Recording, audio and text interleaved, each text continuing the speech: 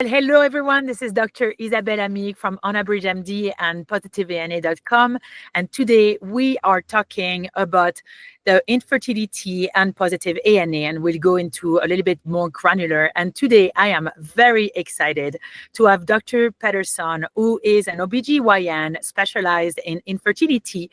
And it's not the regular infertility that you may know of. It's not just IVF and IUI and all this, but it's really, it's Dr. Pederson is really specialized into trying to figuring out before we need even all those reproductive medicine, how to get people pregnant and how to make sure that our pregnancy are perfect and have the least complication possible. And so without further ado, thank you so much, Dr. Pederson, to being here to respond to our question. Thank you. Thank you. I'm honored. Yeah. And so I think this conversation is going to be phenomenal. And it started with both of us talking about this, me as a rheumatologist, you as someone who specializes in infertility in women. And we have had many collaboration of patients who had unexplained infertility and had positive ANA. Before we go into this, what is infertility and then what is unexplained infertility? The traditional definition of infertility is if you've been trying for 12 months and haven't been able to get pregnant, or if you're older than 35 and you've been trying for 6 months. But I really don't like that because no, it's not helpful to go to your doctor and say, oh, I've been trying to get pregnant. And they say, oh, you haven't been trying for 12 months, come back to me. Because there's so many things that we could be doing in the meantime to check for red flags, figure out what's going on, optimize your health. So in an ideal world, if everything is going well, you have about a 30% chance of pregnancy if you're having intercourse around your fertile window each cycle. So in 3 months, you really should be pregnant. So if you feel like, but also if you're not feeling well, or if something is off in your hormones, we know our body really well as women. So if something is feeling off, there's no soon to get checked out. But if you've been trying for 3 months and you feel like everything should be working properly and you're not pregnant, then it's definitely worth an evaluation. And so when you're doing an evaluation, well, maybe you can actually tell us, like, when you're evaluating, like, I'm assuming it's not just positive ANA that's the issue, right? That could be the issue, and we'll talk about that. What are you looking for in general when you're doing an evaluation? So I really map people's hormone profile out because how your hormones respond over an entire cycle is extremely important, right? How well your estrogen rises, it really helps to decide how well are you recruiting follicles? Like, do we have good follicular recruitment, good follicular size? Are we making high quality eggs? Are you having a high quality ovulation? Is there any evidence of inflammation? Is your luteal phase long enough? Do you have good estrogen to progesterone balance in your luteal phase? How are you bleeding? Is it heavy? Does it start brown? All of those little subtle signs that we have can either point to something normal or point toward a red flag that could be wrong. And then I do a lot of nutrition testing to make sure that you're getting enough nutrients to support your hormone production, a lot of inflammatory evaluation, and then a lot of diet and gut things, because you could be having an amazing diet, but if you're not absorbing and digesting food properly, then you're not getting enough B vitamins, enough protein in order to make estrogen properly. So a lot of that is related. So it really helps to do a big deep dive and look at what you're eating. How are you working out? How's your gut working in relation to your metabolism and your hormone profile?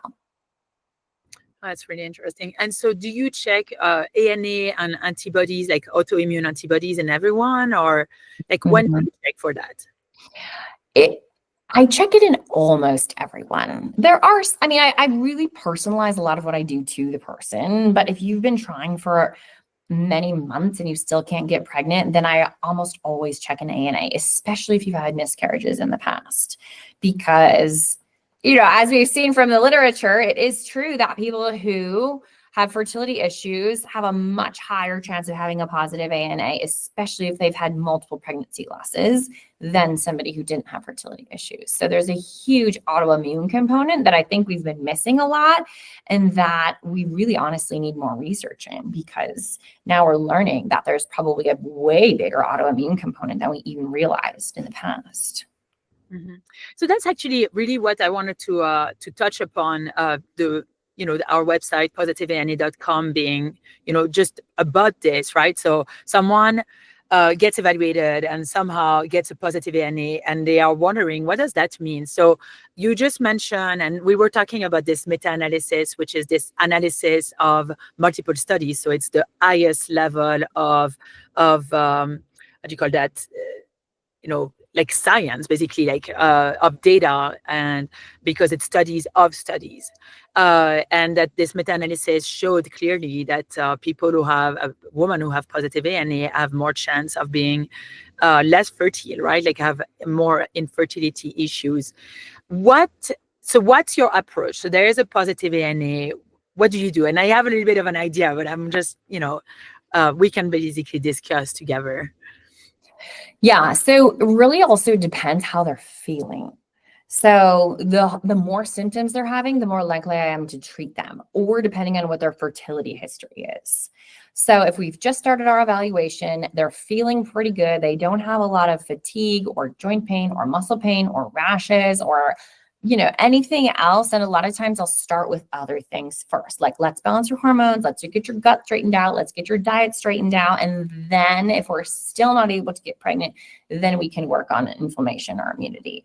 But for example, I see oftentimes a lot of people with low egg quality, there's a huge autoimmune component there. So if they have anything else going on, like they have a low AMH, they have a poor egg quality, their cycles are short, they have a short luteal phase, they have symptoms, they're really fatigued, then I'll work harder on the autoimmune portion earlier on in the process. Yeah. So I think that's interesting to know what is low. I mean, I know, but for the auditors, like what is viewers, what is the low AMH? What's the low follicle phase? What are you looking at for someone who doesn't necessarily know all of the specifics? What does that mean? So when we think about someone's kind of egg quality or how many eggs that they have, you really want to have an AMH or an anti-Müllerian hormone of 1, 2, or 3. I call it a Goldilocks number. Like you don't need to be too high, you don't need to be too low. And then you want to have a certain size of ovarian volume. And I want to see a certain number of follicles on the ultrasound. So you want to see at least 5 follicles per ovary. And those are follicles that I call in the chamber. They're like waiting to be ovulated at some point. They're like in this early follicular recruitment process. So every month your body picks one dominant follicle to ovulate, but then it has some in the chamber, like some that are waiting to be developed for future ovulation. So that whole process of recruiting follicles happens over the course of 3 or 4 months. And so the more follicles that you have kind of in the waiting chamber, that's a sign of also healthy egg quality and follicular recruitment. Okay. And so why is it that you're thinking, well, there might be something autoimmune going on if they have a low ovarian reserve? Like what makes you think, okay, we need to work on the autoimmune and the inflammation? Like what's either the data or what's your experience or maybe both? Well, it actually comes from, so there are people who go into menopause early. Mm-hmm. They have premature ovarian insufficiency and they just have a really, really low egg quality in their mid-20s, sometimes mid-30s, early 40s. And the philosophy on that comes from that literature, as far as sometimes we'll see that come from an autoimmune disease. Mm. Or they didn't know that they had an autoimmune disease and then they eventually get diagnosed with one. So something about the immune system is attacking their ovaries, leading to this low egg quality and going into menopause a bit early. So that's interesting. So I deal with the autoimmune part of it, but I've never thought of this as potentially causing ovarian failure. I don't know if that's how we use that term there, but Normally, when I'm thinking rheumatology, when I'm thinking autoimmune disorder, I'm always thinking reversible, right? Mm-hmm. I can reverse whatever has happened for my patients as long as there's no scarring. As long as it's just inflammation, we can reverse that. So I'm always a very optimistic physician because everything can be reversed. It's just Mm-hmm. a question of finding the right amount of immunomodulation or immunosuppression, right? Are you saying though that if they're going into menopause, or that it's attacked their ovaries so much that they actually don't have any more ovarian reserve? So this is the traditional thinking that we can't get it back. Mm-hmm. However, I would say that there's a lot of just physicians and literature coming out that's challenging that traditional thinking, which I think is very helpful. For example, we thought that you couldn't do anything about egg quality, but now we've been learning more with certain protocols, steroids, growth hormone, PRP, so platelet-rich plasma injections. We can make a little bit of headway. Whereas back in the day, we thought there's nothing you can be done, right? You have bad eggs, like you're out of luck. And so me and a lot of other people in the space have been challenging that narrative. Like, okay, maybe we can do something about egg quality. So I think it's super interesting to think about that from an immunologic standpoint. Like maybe if we do tackle the inflammation and the immunologic part, like maybe that's another way that we can get some of that egg quality back. Mm-hmm. And so, I mean, I'm just going to put this here where when you do have a positive ANA and that it's high, I'm assuming your son, like, because I've seen some of your patients where Yeah. we are seeing them as rheumatology. And sometimes we're like, oh, yeah, there's definitely lupus, or there's definitely Sjogren, or there's definitely mixed connective tissue disorder. And some other time we are like, well, there is an autoimmune process. I can't really say what it is. And it's what we call undifferentiated connective tissue disorder, which is basically, it's not yet a full-blown autoimmune disorder, right? My question to you is, you have, you're much more aware of the data when it comes to the ovarian reserve, right? I know the whole system. I don't know the fertility space as much, right? When we are giving, so let's say we have a patient who is diagnosed with lupus or diagnosed with undifferentiated connective tissue disorder, I start them on the least amount of medication so that they are, balanced, right? And they are back into balance. So very often I'll use Plaquenil, hydroxychloroquine, which it actually takes a while. It takes 3 to 4 months to really fully work. Do you, in your experience, have seen improvement from that? Like, and I'm talking about both in full-blown autoimmune disorder where rheumatologist is saying, yeah, there's something. And then in the other hand, where you're like, yeah, maybe there's not something, and maybe you have seen in the past where rheumatologists were like, no, I don't think that there's a rheumatologic disorder. So back at you. Like, Right. Yeah. Yeah. I use a lot of prednisone, like a low dose prednisone, and that's then low. 5 milligram. 5 or 10. Yeah. Okay. And I've seen it be really, really helpful in getting people who were previously unable to conceive to conceive. Because I think like you're talking, maybe there's not a full-blown lupus, but it's almost like they have a predisposition or almost like pre-lupus or pre-connective tissue disorder, kind of like pre-diabetes almost. Like they don't have full-blown diabetes, but if we did nothing, we didn't monitor their inflammation, we didn't watch their diet, then it could really, or they had a stressful event in their life or something triggered it, like it could really turn into a full-blown autoimmune disorder. And I fully agree with you. I think I try to explain this to my patients, and when I was teaching residents and fellow, I would actually explain this. It's a continuum, right? And we know that it's a continuum because we have studies that are showing that positive ANA, and I'm talking just ANA, but it would be the same thing for rheumatoid factor and CCP for rheumatoid arthritis. But we know antibodies start before the actual condition, and we know that it's positive antibodies, and you don't have to have positive antibody to have an autoimmune, but in the case that there is a positive antibody, it's positive antibody. Then that positive antibody, like that antibody is actually going to cause an inflammatory process. That inflammatory process is going to cause uh, um, uh, a disease because it's actually going to cause some issues at the organ level, and then you have full-blown condition, disease. And I always told my resident fellows, and again my patient as well, the classification criteria are for research so that we know that we are studying the same people, right? But we cannot we cannot exercise medicine the same way that we do research, because then you're leaving out of those patients who clearly have something autoimmune. Like if they have a positive ANA, they have a family history of autoimmune, or they have like a couple of symptoms that are definitely autoimmune. You're like, well, are you just going to wait until they have a full-blown autoimmune? No, you're not. Like, you have to start, and it doesn't mean full-blown immunosuppression. It may mean hydroxychloroquine or Plaquenil, because that's the same thing, by the way, because then you can prevent maybe a full-blown autoimmune. So I agree with you, Dr. Pederson. I would be totally inclined, if you were to ask me, to try. Mm-hmm. And then I continue it through the first trimester, because I don't want that to be a reason that they have a miscarriage. Because the problem with having inflammation in the body and, having that positive ANA, it affects your fertility in a lot of ways. It affects your egg quality. It affects your ability to ovulate. It affects the ability of the fimbria to pick up the egg in the follicle. It affects the embryos transferred on the fallopian tube. It affects implantation.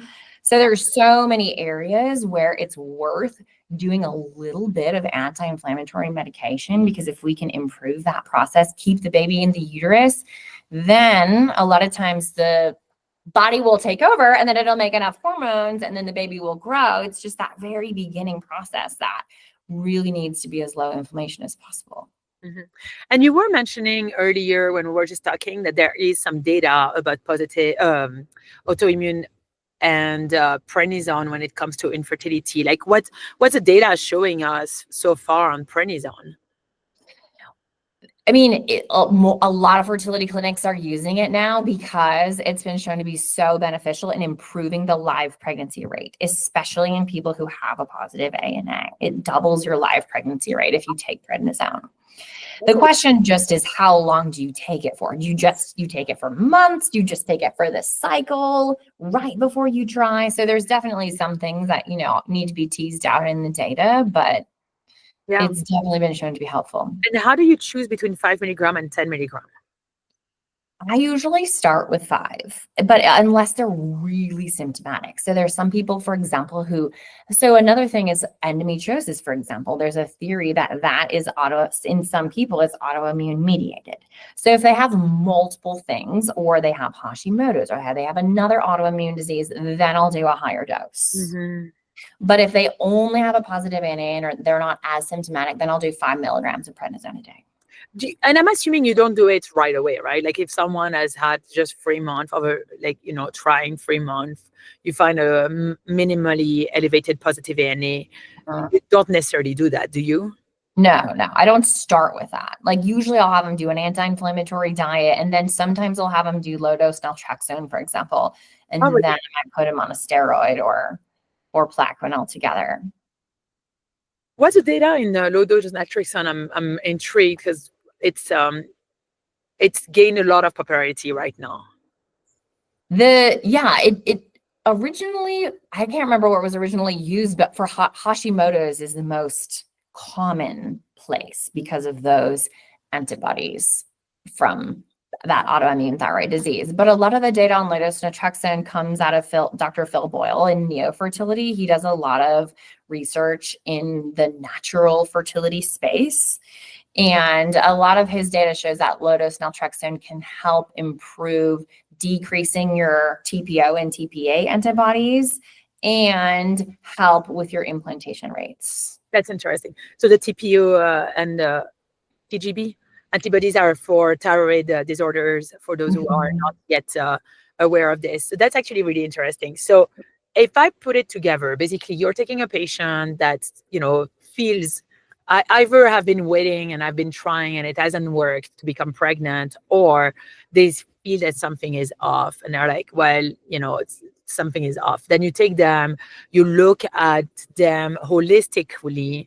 You're making sure that their diet is proper, that at least, it's a good nutrition choice when it comes to becoming pregnant. You're looking at their gut health, looking at their hormones, including the thyroid hormones. And then you then look at the ANA, and the ANA usually, as if it's high, a rheumatologist would be involved, and we can look if there is a rheumatologic disorder or if there's some beginning. And then after you've done all that, you may offer a little bit of prednisone and a little bit of Plaquenil. So in my word of rheumatology, Plaquenil takes a while. So Plaquenil or hydroxychloroquine is the same thing. That takes a while to work in my field, but that's because they have maybe joint pain, they have skin rashes, they have alopecia, so hair loss. In your word, does it work faster? What's the story? I usually give them 3 months, and Yeah. they should be feeling some improvement. So for example, like if their cycles are too short and they're ovulating too early, and ideally their inflammation would be going down. So they should be having higher quality ovulation. Their cycle should be getting longer. They should be having less pain during their period, less bloating, less gut issues, rashes, pain. If there's something that we're kind of monitoring or looking at, like it should be better after the 3 months. So if we haven't met our goals in 3 months, then I say, okay, let's come off of this and shift gears a little bit. But the vast majority of people, they feel better. It's not right away because it's such a low, tiny dose. But after that 3 months, they're like, yeah, I feel way less inflamed. All these crazy rashes that I used to be getting are totally gone. And so then we have a conversation about like, should we continue it? How long should we continue it for? Or do we need to add something else? Like, do we need to do IV intralipids, or do I need to send you to a rheumatologist? That kind of a thing. Got it. Yeah. Yeah. So what you're saying is that you're only taking 3 months of Plaquenil. So let's say the patient becomes pregnant. Do you continue the Plaquenil for another 3 months? Okay. For sure, for the whole first trimester. But actually, there's a lot of amazing data on Plaquenil that shows that it helps prevent preeclampsia, which is huge right now. Can you explain preeclampsia for someone who doesn't know what preeclampsia is? So preeclampsia is, we think that it's caused by the placenta. It's basically a disorder where you spill a lot of protein in your urine and then get high blood pressure. So a lot of people will get it right before they deliver. At the end of their pregnancy, they'll get diagnosed with high blood pressure and high protein. So that combination is this disorder that we call preeclampsia. And there's tons of research going into it to see how we can prevent that. Like, how do we prevent your blood pressure from going high? How do we prevent those proteins from spilling out? Because it's a reason that you have to deliver. So it prevents you from having sometimes, a natural or spontaneous delivery, because you have to get induced and you have to have all these medications. So if we can prevent that sort of like chain of medical hospital interventions early on in the pregnancy, that would be wonderful. But of all the things, Plaquenil has been shown to help it. Yeah, but that's an interesting point, because first of all, Plaquenil is more of a preventive drug in my word. It does work, it treats, but it prevents. Like it's such a huge preventer of flare. Like any patient who has been diagnosed with lupus should be on it because it prevents flare. And it's been shown over and over and over again.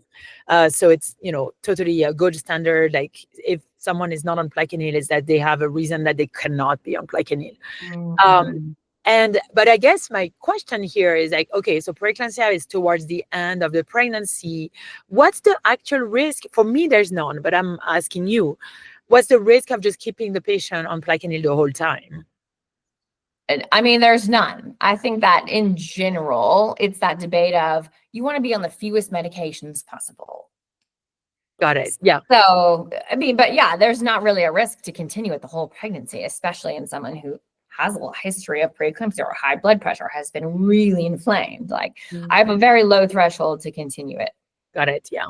Yeah. When you said that you're giving a very low dose, how much do you give?